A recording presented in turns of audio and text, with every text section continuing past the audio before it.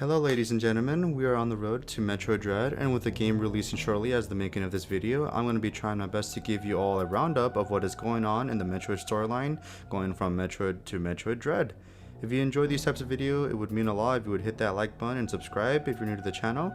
We are going to be talking about the story of one of, if not the best Metroid game ever made. Hell, it can even be regarded as one of the best games ever. It created a new genre known as Metroidvania, and this is of course the story of Super Metroid. The last Metroid is in captivity, the galaxy is at peace. Just like Samus Returns, Super Metroid tells us a quick rundown of the events that have happened on the original Metroid and Metroid 2. After the events of Metroid 2, Samus went to the Ceres station to give the baby Metroid she recovered to the Galactic Federation.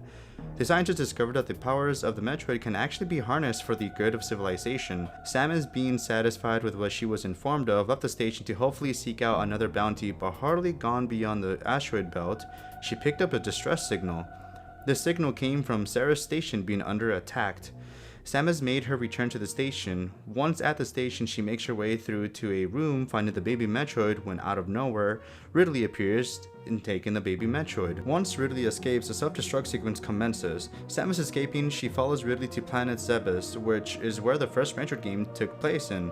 This, ladies and gentlemen, is where I will say this is somewhat of a remake of the original game, and by that I mean you are someone going through very familiar territory as in the very first Metroid game. Which makes sense, this is the Space Pirates headquarters you destroyed in the very first game.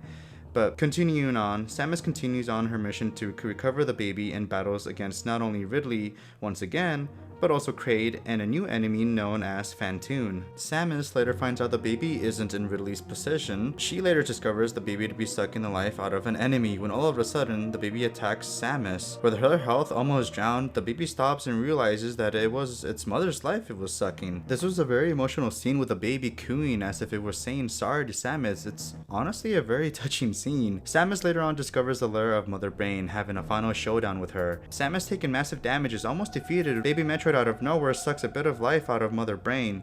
The baby, doing what she did back in the Ridley fight back in Samus Returns, sacrificed itself, giving also Samus a body of power and energy, it looked like. This was also another emotional scene. Us playing as Samus made you actually care and want to do anything you can to protect this baby. But once that was over, Samus destroys Mother Brain once and for all, commencing another sequence where Samus has to escape. This is where you are able to decide on a very important side mission if you'd like, which is you can either escape or you can escape with also helping some animals along the way. Once you have made your choice, Samus gets to the surface and flies off the planet, and planet Zebes is no more.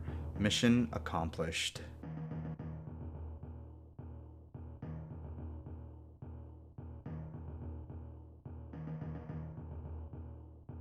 Super Metroid is a gem and would recommend you all to play it. I have never been Super Metroid before the making of this video, and I'm happy to say I can mark this game off my bucket list of games I need to complete.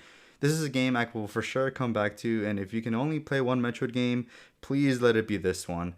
It gives you so much emotion, and this coming from a game that doesn't even have any form of dialogue.